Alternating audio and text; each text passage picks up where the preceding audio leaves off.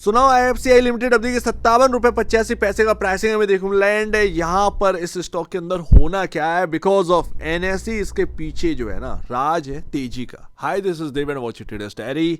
लेकिन उससे पहले एनएसई का आईपीओ से पहले एक लंबा टाइम आपको देखना पड़ेगा, क्योंकि 4 से 5 महीने लग रहे हैं एनएसई के आईपीओ के। एंड उसमें अगर आप देखेंगे एकदम से रैली जो है वो होती नहीं चलेगी। जाहिर सी बात है आपके पास स्टेक है वगैरह वगैरह, ठीक है, लेकिन एक टाइम उसमें जो है ना आईपीओ में वो लगता हुआ नजर आ रहा है। अब है क्या है कि अगर अगले महीने ही आईपीओ होता तो इसके अंदर कुछ इस तरीके का मूव होता, उसके बाद भले ही वो आईपीओ आने के बाद गिर जाए, वो एक अलग बात।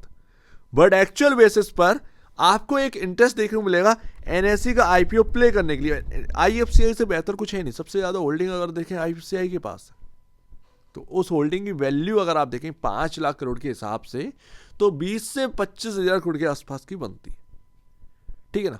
तो वो ये एक वैल्यूएबल आपके सामने जो स्टेक है एनएसई की, उसकी वजह से यहाँ पर ना प्ले करने की कोशिश है। हालांकि इसका फंडामेंटल या फाइनेंशियल से कोई लेना देना नहीं है।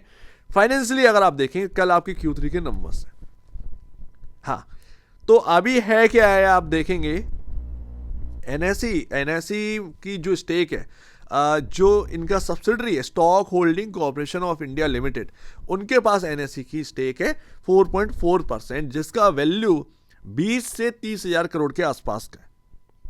उसकी वजह से अगर आप देखेंगे तो हमारे सामने एक तो इंटरेस्ट तो बनना ही है इस स्टॉक के अंदर, जाहिर सी बात है, आज नहीं तो कल। लेकिन उससे पहले Q3 के नंबर्स तो है ना, आपको उससे पहले जो इवेंट्स है उनकी तरफ भी तो देखना पड़ेगा। कल Q3 के नंबर्स हैं एंड अगर आप देखेंगे यहाँ पर क्या दिक्कत आई है, 60 रुपए के आसपास आप पहुंचे, थोड़ा उसके ऊपर गए एंड वहीं से सेलिंग आना स्टार्ट हुई। लेकिन आप उसको छोड़ दो, आप उसको छोड़ दीजिए, आप ये देखिए कि हुआ क्या है।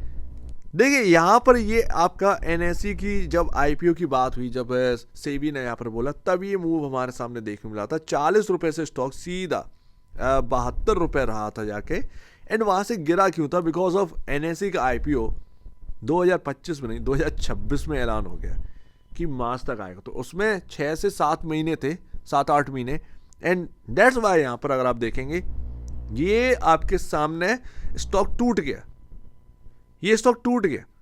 तो ये क्यों? बिकॉज ऑफ क्योंकि एक लंबा टाइम है, अभी भी 4 से 5 महीने हैं, तो बीच में जो इवेंट आ रहे हैं उनको भी ध्यान दीजिए। कल आपके सामने इवेंट है इस स्टॉक का, कल रिजल्ट है, तो अगर रिजल्ट थोड़ा सा इधर उधर हो गया ना तो ध्यान रखिएगा यहाँ पर आपके सामने एक डिस्काउंट भी देखने को मिल सकता है। लेकिन वो डिस्काउंट जो है वो अपॉर्चुनिटी क्रिएट करेगा। क्यों? बिकॉज ऑफ एनएसई का नाम पीछे। जब तक एनएसई का आईपीओ आपकी स्क्रीन पर नहीं आ जाता तब तक इसके अंदर यही चलना है। अगर ये फालतू में गिरेगा या किसी इवेंट की वजह से गिरेगा तो उसमें सिर्फ एनएसई की बदौलत आपके सामने बाइंग देखने को मिल जाएगी। ये है आईएफसीआई।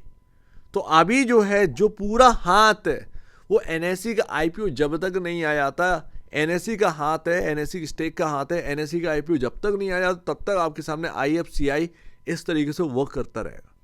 आपके सामने अगर हैवी डिस्काउंट आएगा, कुछ दिन नहीं चलेगा, वो डिस्काउंट में खरीदारी हो जाएगी एंड वो तैयारी होगी एनएसई की, और एक खबर आई एंड एकदम से आपके सामने 10-12% की तेजी, एंड दैट्स वाई इस तरीके से बनता है पैसा।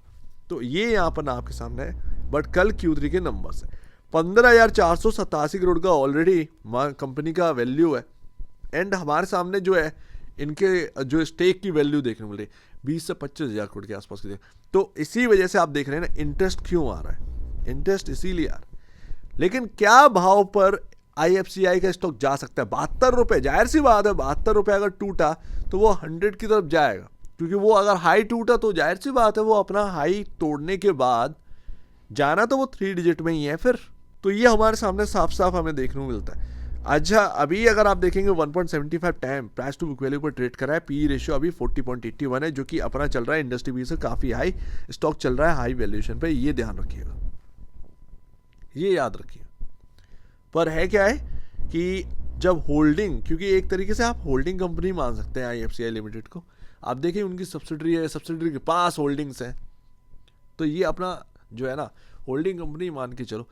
तो अभी ना है क्या है यहाँ पर आईएफसीआई लिमिटेड के अंदर, आईएफसीआई को एक ना टर्न अराउंड होना था, पर अभी उसके ऊपर कुछ भी खबर आई नहीं है। लेकिन एक ऐसा वक्त आएगा कि IFCI गवर्नमेंट जो है वो बिल्कुल टर्न अराउंड करके रहेगी, मैटर ऑफ टाइम। जब हमने बात करी थी 19 रुपये के आसपास था ये, 19 रुपये से चलना स्टार्ट किया था, 16 रुपये एक्चुअल बेसिस पर, 16 रुपये नॉट 19 रुपये, 16 रुपये। मुझे याद है आपकी तरफ से एक कमेंट आया था एंड फिर मैंने यहाँ पर ना देखा था चार्ट, एंड चार्ट के बाद यहाँ पर ना अपन जो बात करे थे चलना स्टार्ट हो गया था। तो क्या मल्टी वगैरह स्टॉक निकला, बट है क्या अभी वो टर्न अराउंड आया नहीं है, वो अभी सिर्फ और सिर्फ NSE की वजह से है। लेकिन जब भी कंपनी के अंदर टर्न अराउंड आएगा ना, ये काफ़ी कुछ करके दे सकता है हमारे सामने। लेकिन आज की डेट में मार्केट कैप कोई छोटा मोटा मार्केट कैप नहीं है, ये ध्यान रखिएगा, ये अपने आप में ही बड़ा मार्केट कैप है, लेकिन उसके पीछे NSE का हाथ है। तो इस पर ध्यान रखिएगा। NSE का IPO आए तो बॉस जिस वक्त भी आए बेचना स्टार्ट कर दीजिएगा अपने शेयर्स, क्योंकि वो खबर आ चुकी है मार्केट में, ये ध्यान रखिएगा। एंड अभी कोई डिस्काउंट आपको मिले कोई बड़ा, तो वो फिर बाई ऑन डिप यहाँ पर ना कहीं रह सकता है। मैटर ऑफ टाइम आप खरीदें, उसके बाद चले ना, कोई बात नहीं है, लेकिन जैसे ही खबरें आना स्टार्ट हो गई NSE की, वो तुरंत ही एक्शन बनना स्टार्ट हो जाएगा, आपका यहाँ पर ना रिटर्न बनना स्टार्ट हो जाएगा। लेकिन वो शॉर्ट टर्म वाला है, आप जो बैट ले रहे हैं वो बिकॉज ऑफ NSE उसके नाम के ऊपर बैट ले रहे हो, आपकी उसकी जो होल्डिंग है, उसकी स्टेक है, उसके ऊपर बैट ले रहे हो। तो ये बात भी ध्यान रखिएगा। कल Q3 के नंबर्स हैं, देखते हैं यहाँ पर, बट एक्चुअल बेसिस पर हमें इंतज़ार रहेगा इस कंपनी के टर्न अराउंड, क्योंकि वही एक स्टेबिलिटी लाएगा प्राइस के अंदर। प्राइस स्टेबल तभी हो सकता है। अभी अगर आप देखेंगे क्या इंपॉर्टेंट रहेगा, फिलहाल अगर आप देखोगे तो एक तो 55 रुपये, दूसरा 52 रुपये, बिकॉज ऑफ 12 रुपये पर आपका मूविंग एवरेज एंड 55 पर आपका जो है वो काफ़ी इंपॉर्टेंट एरिया है। तो ध्यान रखिए, कुल मिलाकर अगर आप देखेंगे 52 रुपये से 55 रुपये ये काफ़ी इंपॉर्टेंट रहेगा। अगर ये रेंज टूटी तो फिर प्रॉब्लम हो सकती है, अदरवाइज कोई प्रॉब्लम की बात नहीं है। जाहिर सी बात है, इस रेंज के अगर जब तक हम नीचे नहीं आते हैं या क्लोजिंग हमें नहीं मिलती है, तब तक हमारे सामने नेगेटिव कुछ देखने को नहीं मिलेगा। लेकिन अगर कोई यहाँ पर ना डिस्काउंट आता है, वो 52-55 तक आता है अगर कोई स्टॉक, तो फिर यहाँ पर कहीं ना कहीं आपको जो है एकदम से बाइंग और डिप देखने को मिल सकती है। तो पॉसिबिलिटी ये है हमारे सामने IFCI की। तो ध्यान रखिएगा, IFCI को कुछ इस तरीके से प्ले करिएगा, कोई डिप मिले, कोई बड़ा डिप मिले तो उसमें बाय ऑन डिप करिए, बिकॉज ऑफ अगर आपको लग रहा है कि हाँ भाई NSE के लिए प्ले करना चाहिए, तो वो बाय ऑन डिप ही आपके लिए काफ़ी बढ़िया रह सकता है।